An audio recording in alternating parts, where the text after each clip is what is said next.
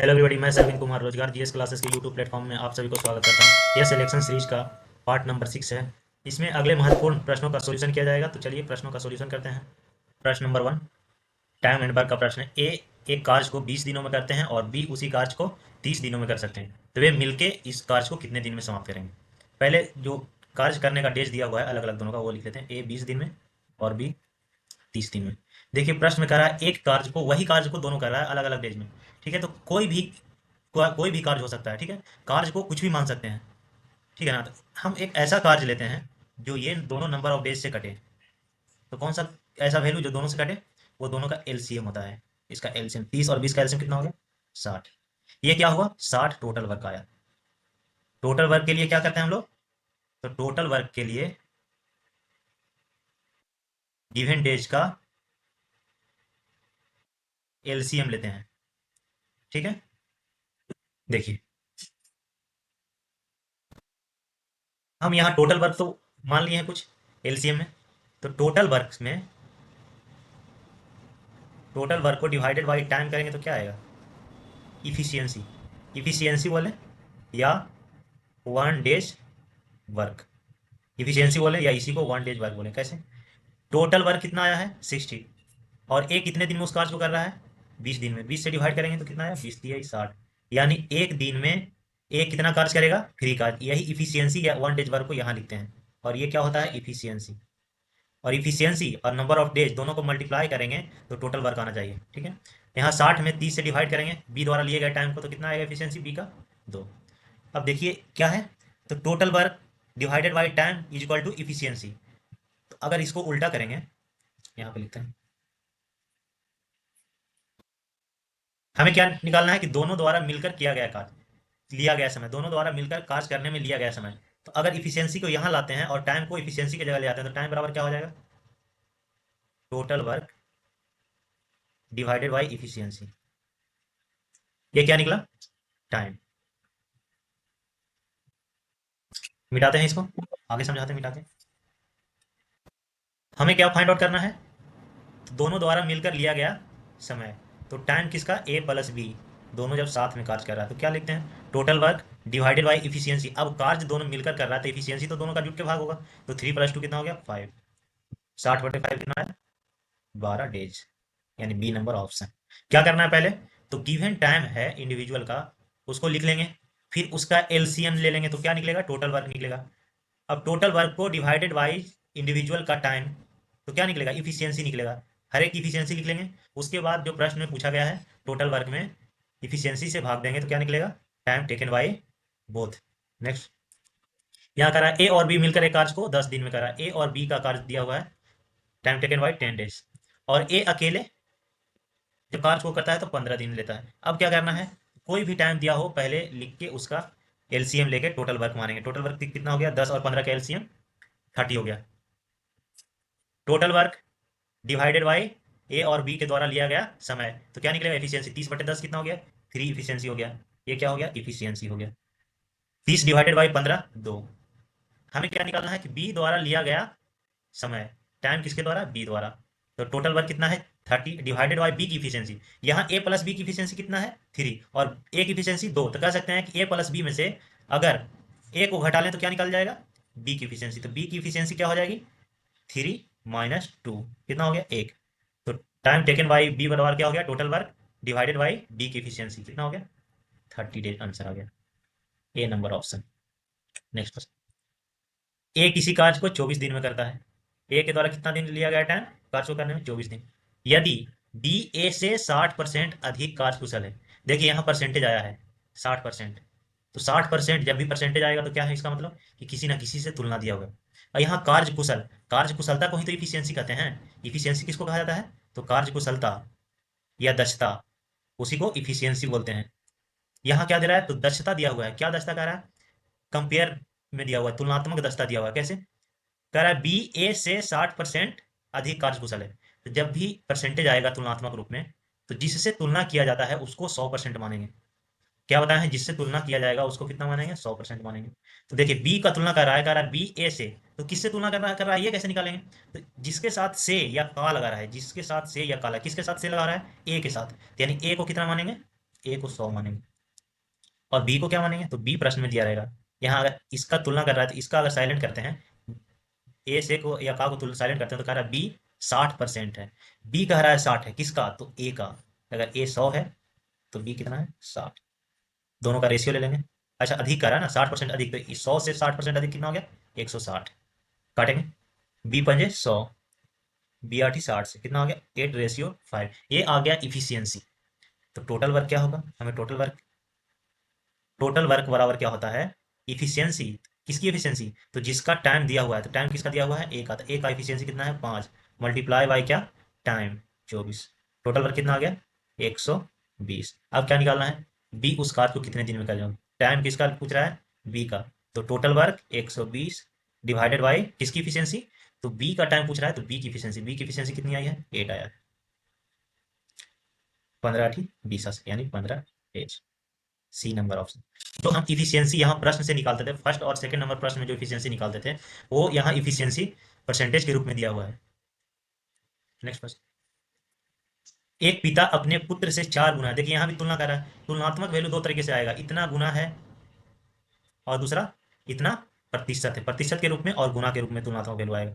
तो किससे तुलना कर रहा है ये देखते हैं, तो जिससे तुलना कर रहा है उसके साथ से लगा रहेगा या का लगा रहेगा। किससे तुलना कर रहा है, तो पुत्र से तुलना कर रहा है, ठीक है ना। अगर परसेंटेज के रूप में तुलना कर रहा हो तो क्या मानेंगे, 100% मानेंगे, क्या 100%। अगर भिन्न के रूप में या गुना के रूप में तुलना कर रहा हो तो क्या मानेंगे, एक मानेंगे, जिससे तुलना कर रहा हो उसको 1 मानेंगे।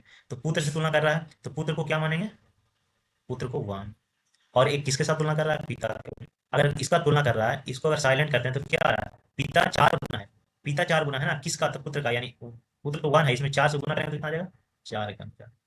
समझ में आ गया, यहाँ तो क्या निकला, रेशियो निकला किसका, तो यहाँ आयु का कह रहा है ना, आयु संबंधित प्रश्न, आयु का रेशियो निकला। कह रहा है यदि पुत्र का उम्र कितना है, 10 वर्ष है। ये जो पुत्र का उम्र है कितना वर्ष है, 10 वर्ष है। देखिए किसी संख्या का रेशियो लेने के लिए 10 और 20, इसी इसका रेशियो लेने के लिए हम इसको क्या करते हैं, जो संख्या से कटता है उससे डिवाइड कर लेते हैं। यानी एक 10 से डिवाइड किया, यहाँ 2 मरतबे, ये क्या आया, रेशियो है। तो जो संख्या से डिवाइड करने से, यानी 10 से डिवाइड करने से ये रेशियो आया है, डिवाइडेड बाई 10। तो इसका उल्टा चलेंगे तो इसमें वही संख्या से मल्टीप्लाई करने पर, यानी 10 से ही मल्टीप्लाई करते हैं उल्टा, यानी भागा किए हैं पहले, तो अब मल्टीप्लाई करेंगे तो वो संख्या प्राप्त हो जाएगा। यानी इसमें देखिए तो इस रेशियो में अगर यहाँ 10 से यहाँ डिवाइड किए हैं तो ये आया है, तो यानी 10 से ही इस रेशियो में मल्टीप्लाई कर देंगे तो ऊपर वाला आ जाएगा। ठीक है, तो यहाँ रेशियो लेने के लिए कुछ तो डिवाइड किए होंगे, समथिंग कुछ डिवाइड किए होंगे, नहीं पता, तो वही संख्या हम मान लेते हैं, वही संख्या को क्या करेंगे, गुना कर लेंगे। तो मान लेते हैं एक्स वो संख्या है जिससे डिवाइड किए थे, तो यहाँ गुना करेंगे तो 1 मल्टीप्लाई बाई एक्स। अब ये रेशियो नहीं रहा, ये एग्जैक्ट वैल्यू आ गया ना, मल्टीप्लाई करने के बाद, मल्टीप्लाई करने के बाद 10 और 20 एग्जैक्ट वैल्यू आ गया, तो ये पुत्र कितना हो गया एक्स, और पिता में भी एक्स से मल्टीप्लाई करेंगे तो कितना हो गया 4x। ये दोनों की एग्जैक्ट आयु आ गई 4x और 1x। तो कह रहा है पुत्र की आयु 10 वर्ष, तो कह सकते हैं x इज इक्वल टू 10। प्रश्न में कह रहा है पिता की आयु ज्ञात करें, तो पिता की आयु क्या है 4x, और x का वैल्यू तो हमें पता है 10, 4 मल्टीप्लाई बाई 10 कितना हो गया 40 वर्ष। B number option. यानी जो रेशियो है उसमें x से अगर मल्टीप्लाई करते हैं तो उसका एग्जैक्ट वैल्यू आ जाता है। रेशियो एग्जैक्ट वैल्यू नहीं होता है, रेशियो तुलनात्मक वैल्यू होता है। जैसे कह सकते हैं यहाँ पे कि पिता 4 गुना है, तो ये तुलनात्मक वैल्यू हुआ, लेकिन 4x और x क्या हो, इसका एग्जैक्ट आयु है, उम्र है।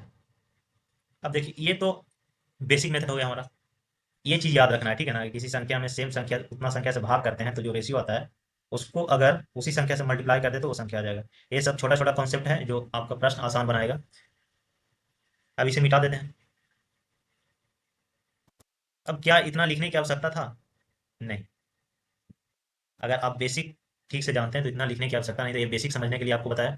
1 यूनिट का वैल्यू कितना है, 10। 10 तो 4 यूनिट का पूछा है, यहाँ देखिए तो कितना से मल्टीप्लाई करेंगे, तो 10 चौका 40, 40 वर्ष हो गया।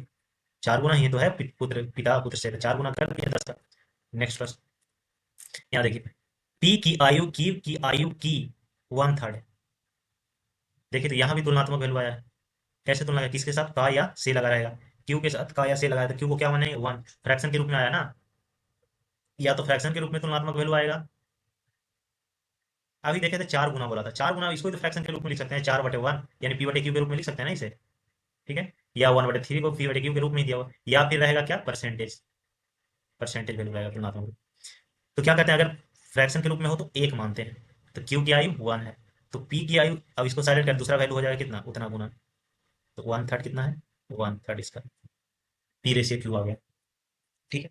अब यहाँ पे क्या करते हैं, रेशियो से भिन्न, रेशियो क्या है, फ्रैक्शन के रूप में है, तो रेशियो को पूर्णांक के रूप में बनाने का प्रयास करते हैं। तो इसके लिए क्या करते हैं, तो रेशियो का जो हर होता है, इसका हर क्या है, कुछ नहीं तो 1 है इसका हर, और इसका हर कितना है, 3 है। उसके एलसीएम, तो 3 और 1, हर दोनों हर का एलसीएम कितना हो गया, 3 और 1 का एलसीएम 3। तो इस 3 से दोनों रेशियो के दोनों कंपोनेंट में मल्टीप्लाई करेंगे। अगर एक में किसी में मल्टीप्लाई करते हैं तो इसका वैल्यू चेंज हो जाएगा, दोनों में मल्टीप्लाई करते हैं तो वैल्यू चेंज नहीं होता है दोनों में, लेकिन समान संख्या से मल्टीप्लाई होना चाहिए। 3 से कट गया, यहाँ क्या हो गया, 1/3। ये क्या निकला, दोनों का रेशियो निकला आयु का। कह रहा है क्यू 30 वर्ष का है, क्यू कौन है, 30 वर्ष का, तो उसकी आयु का योग ज्ञात करें। देखिए तो यहाँ क्या बताया था आपको, इसमें x से मल्टीप्लाई करते हैं, जो x डिवाइड करने के बाद रेशियो आया है, तो यहाँ क्या हो गया, एग्जैक्ट आयु हो गया p की x और q की 3x, और प्रश्न में कह रहा है 3x का मान कितना है, 30 वर्ष, तो x कितना आ गया, 10 मतलब घटेगा। क्या पूछ रहा है, तो उसकी आयु का योग, दोनों की आयु का योग कितना हो जाएगा, इसका आयु x है और इसका 3x, तो कितना हो गया 4x, 3x plus x 4x, 4 multiply by 10 कितना आ गया, 40 वर्ष आ गया, कौन सा, बी नंबर ऑप्शन। ठीक है, थोड़ा एडवांस लेवल चलते हैं, इतना करने की आवश्यकता, एक्स वाई लिखने की आवश्यकता नहीं थी। यही 3 यूनिट रेशियो का मान कर रहा है ना, कितना है, 30।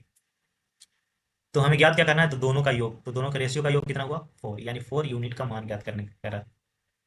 देखिए जिस यूनिट का मान दिया हुआ हो, उस मान को उस यूनिट से डिवाइड करते हैं, डिवाइडेड बाई कितना, 3 यूनिट, तो 1 यूनिट का मान निकला, और 1 यूनिट के मान में अगर 4 से मल्टीप्लाई करेंगे तो क्या 4 यूनिट का मान निकलेगा, तो 3 दहा को 10 चौका कितना हुआ, 40 वर्ष, बी नंबर है। ठीक है, नेक्स्ट क्वेश्चन, ए और बी की आयु का अनुपात दिया हुआ है, कितना है, 4:5।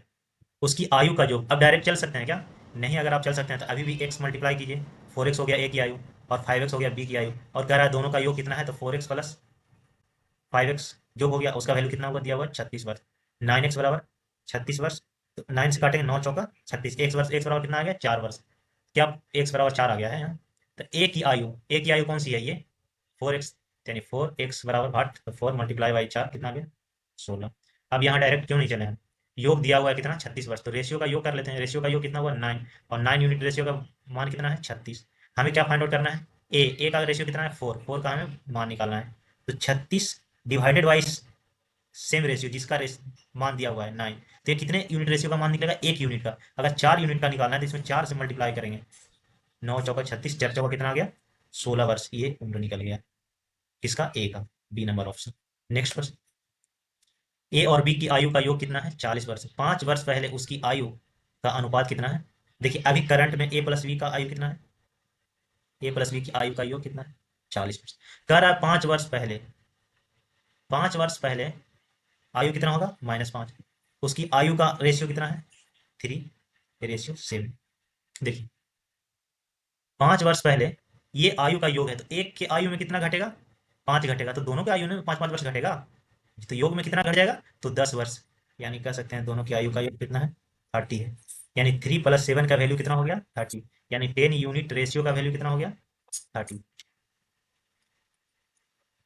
किसका पूछ रहा है, तो ए का, सॉरी बी का आयु पूछ रहा है ना, तो बी का आयु कितना है, 7 यूनिट का रेशियो का मान, तो 30 डिवाइडेड बाई यूनिट, जिसका वैल्यू दिया हुआ है 30 यूनिट का वैल्यू 30 दिया हुआ है ना, तो यूनिट से डिवाइड करेंगे और मल्टीप्लाई करेंगे, जिसका मान निकालना है, मल्टीप्लाई बाई 7, 3 सत्या 21 वर्ष।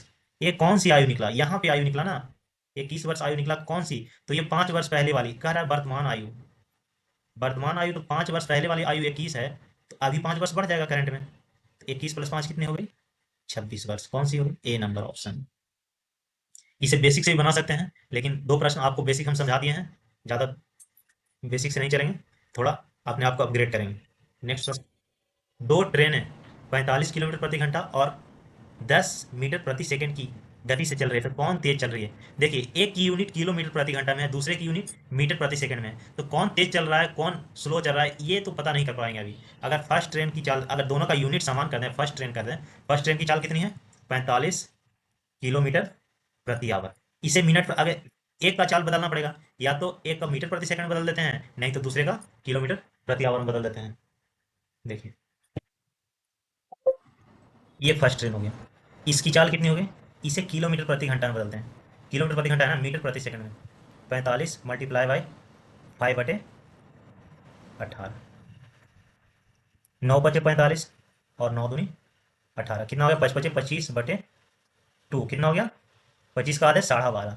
12.5। अब ये कौन सी यूनिट आया? मीटर प्रति सेकंड। और दूसरे ट्रेन की चाल कितनी है?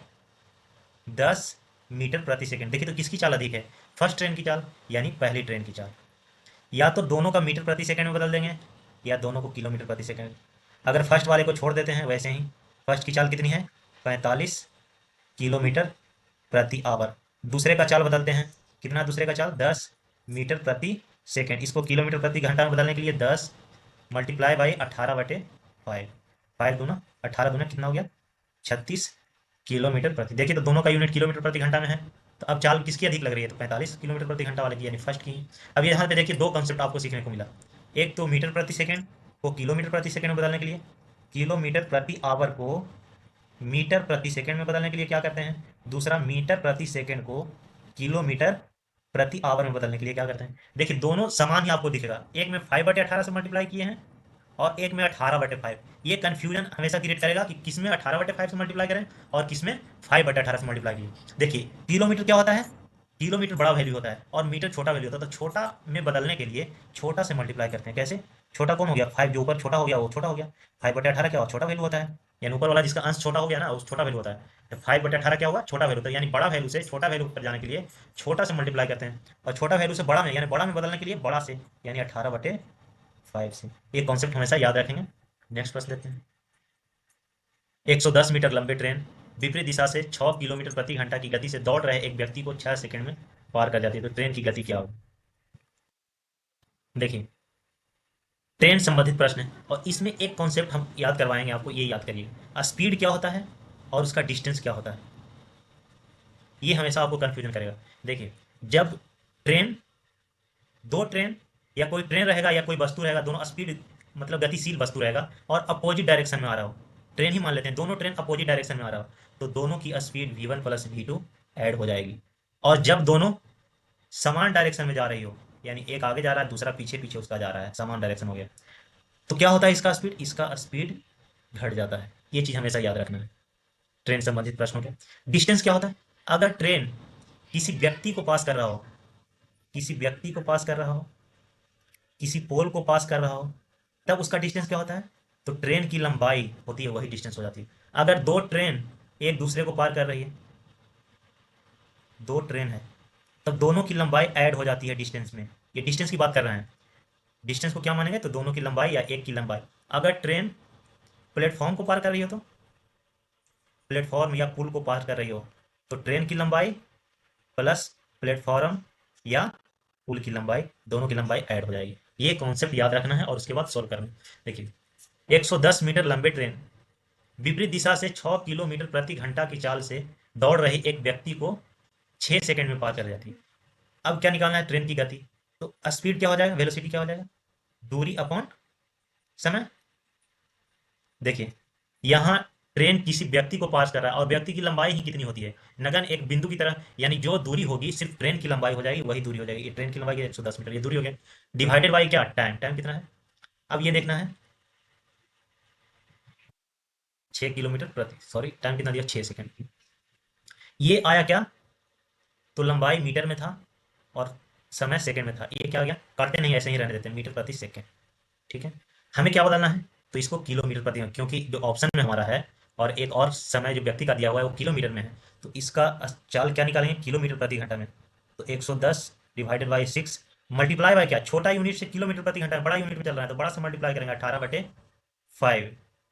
यहाँ 22 हो गया, 5 × 10 से, ठीक है, और 6×3 = 18 मल्टीप्लाई करेंगे, 66 किलोमीटर प्रति आवर आ गया।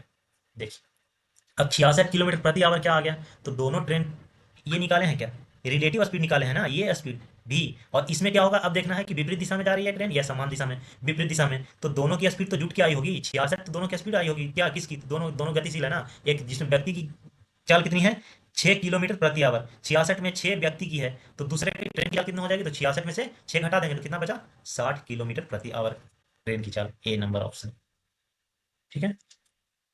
नेक्स्ट आगे चलते हैं, सेम कॉन्सेप्ट यहाँ लगाएंगे, उतना इसलिए समझाएंगे। देखिए यहाँ पे 140 मीटर लंबी ट्रेन, 160 मीटर लंबी, दो ट्रेनें विपरीत दिशा में चल रही है, दो ट्रेन विपरीत दिशा में चल रही है। और देखिए दोनों की लंबाई क्या हो जाएगी, डिस्टेंस हो जाएगी, ऐड हो जाएगी, क्योंकि दो ट्रेनें हैं। विपरीत दिशा में चले या समान दिशा में चले, वो सिर्फ स्पीड का कॉन्सेप्ट है, घटेगा या जुटेगा। लेकिन अगर दो ट्रेनें हैं तो उसका डिस्टेंस हमेशा क्या हो जाएगा, डिस्टेंस हमेशा जुटेगा ही, लंबाई यानी 140 प्लस 160 हमेशा डिस्टेंस जुट जाएगा। कितना हो गया, 300 मीटर क्या हो गया डिस्टेंस। विपरीत दिशा में चल रहा है, 60 किलोमीटर प्रति घंटा की चाल से और 40 मीटर किलोमीटर प्रति घंटा की चाल से, उसके एक दूसरे को पार करने में कितना समय लगेगा।